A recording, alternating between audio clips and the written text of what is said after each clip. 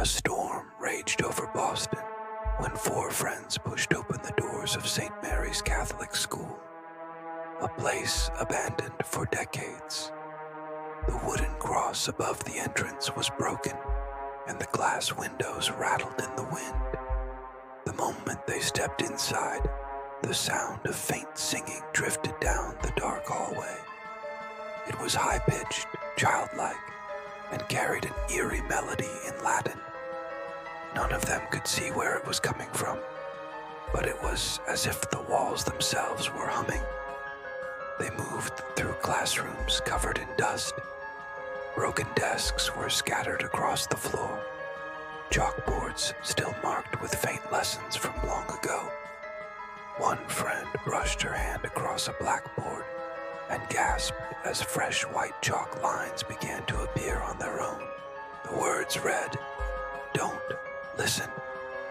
The sound of children's laughter echoed faintly, then faded back into silence. A crucifix nailed to the wall suddenly turned upside down with a loud snap, making all of them jump. The singing grew louder as they climbed the stairs, pulling them toward the choir room. The door creaked open to reveal rows of benches and an organ covered in dust, but the organ keys moved on their own, pressing slowly in rhythm with the hymn. On the far wall hung a large black and white photograph of a children's choir from 1953. At first, the children in the photo were smiling, but as the flashlight beams hit the frame, their faces twisted. One by one, each child's expression warped into a scream, mouths stretching unnaturally wide. Frozen in terror, the door slammed behind them. They rushed to open it, but it wouldn't budge. One of the friends checked her camera and replayed the audio. The hymn was clearer than ever on the recording, and this time, something new was in the words. The voices were singing a name. Her name. She screamed and tried to leave, but the pale figure of a small boy in a torn choir robe appeared in the corner. His face was sunken, eyes hollow, and his lips barely moved as he whispered, "You're next in the hymn." The singing shifted. All of them heard it now.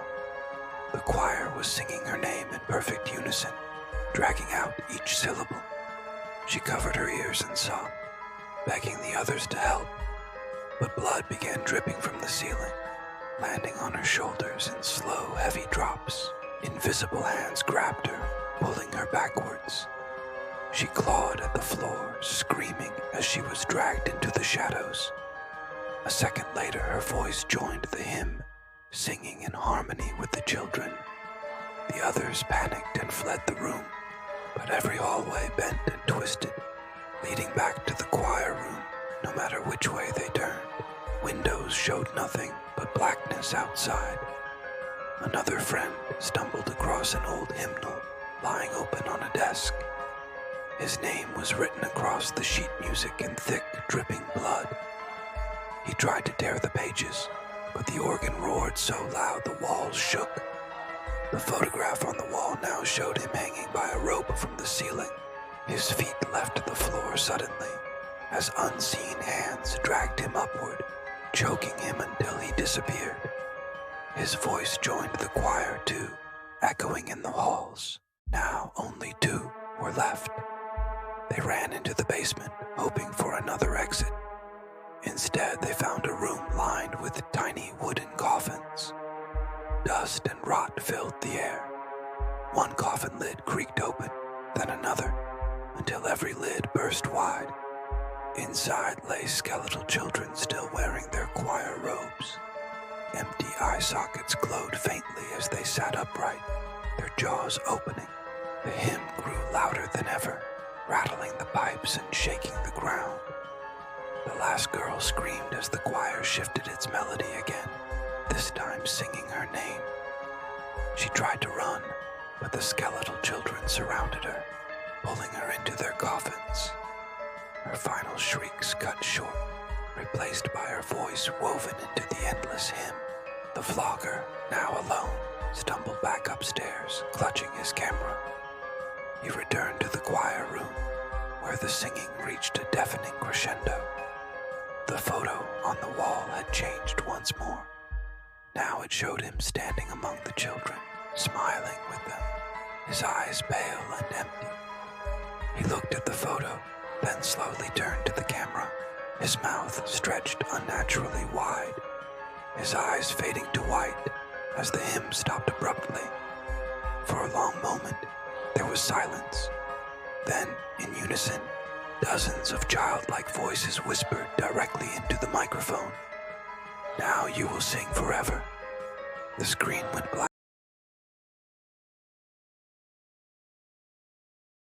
On the edge of a small American town stood an old hospital that had been shut down since 1978. The locals said it was cursed. At night, faint lights flickered through its broken windows, and sometimes, if you stood close enough, you could hear women screaming, echoing through the halls. Tonight, 3 young YouTubers, Mike, Sarah, and Jason, had come to explore it for their horror channel. They wanted raw footage, something terrifying to thrill their viewers. They didn't know that the hospital was waiting for them. Their car rolled into the cracked, weed-infested parking lot at exactly 11 at night. The sky was moonless, the air heavy and cold. Each of them carried a flashlight and their cameras, the beams cutting through the dark as they approached the rusting iron gate. Jason gave it a push and the metal shrieked, echoing like a scream. They exchanged nervous looks, but kept going. Inside, the hospital lobby stood frozen in time. Torn curtains swayed even though there was no wind. Shards of glass crunched under their shoes. Wheelchairs, broken and rusted, lined the walls. Suddenly, the old reception bell rang by itself. Sarah froze.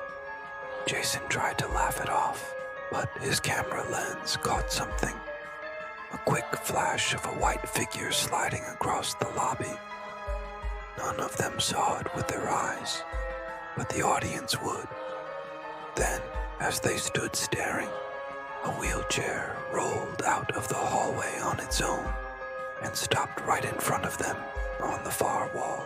Faint red letters smeared across the peeling paint spelled 2 chilling words: "Help us." The marks looked wet, fresh. They pressed deeper inside. Their first stop was the surgical ward. The air smelled of rust and rot. Rusted tools lay scattered across a dusty operating table. Mike's flashlight hit an old surgical mask hanging on a hook. As he approached, it fell to the floor with a dull slap, though no one had touched it. Sarah whispered that they should leave, but Jason insisted they keep filming. Next, they found the children's ward. Toys were scattered across the floor. In the corner, a music box began to play on its own, a slow, haunting tune that filled the dark corridor. Sarah's hands trembled as she raised her flashlight. A rocking horse moved gently, as if an invisible child was riding it. In the ICU, an unplugged heart monitor suddenly beeped. The sharp beep, beep, beep filled the silence, then flatlined with a long, high-pitched wail. Sarah picked up an old patient file lying on the counter. When she opened it, she screamed. Inside were 3 names written in bold black letters: Mike, Sarah, Jason. The admission date was today. Panic began to set in, but Jason refused to stop. He said this was the footage that would make their channel explode. They moved into another corridor, but something was wrong. When they turned back, the path behind them wasn't the same. The hallway stretched into darkness, endless and shifting. Every direction looked the same, as if the hospital itself. Lights blinked. She stepped nearer. Sarah stumbled into a side room, desperate to escape. She found herself staring into a cracked mirror. Her own reflection was there, but it wasn't right. The reflection's eyes bled black tears, its mouth stretched in a silent scream. Then, from the hallway, came a loud, piercing shriek. Jason's camera tumbled to the floor, its lens capturing a pale skeletal hand, dragging him into the darkness. His scream faded as he vanished. Mike and Sarah sprinted after him, but every door they opened led them back to the same corridor. The hospital had become a maze with no exit. Down a stairwell, a faint light flickered. The two of them descended into the basement, the air growing colder with each step. At the bottom, an operating theater glowed under a single surgical lamp. Jason lay strapped to the table, his eyes wide with terror. Standing beside him was a doctor in a stained white coat, his face half covered by a mask, his eyes nothing but hollow pits. In his hand gleamed a scalpel. Mike and Sarah rushed forward, but the doctor turned toward them. The overhead lamp buzzed and dimmed, leaving the room swallowed in darkness, except for the cold circle of light above the table. A soft hissing filled the room. From the shadows, an anesthesia mask floated into view. Mike and Sarah staggered, their vision blurring, their breath heavy as though the gas was already filling their lungs. Then came the voice, low, cold, echoing through every wall of the hospital. "You are our next patients. Forever." The camera feed crackled and went black.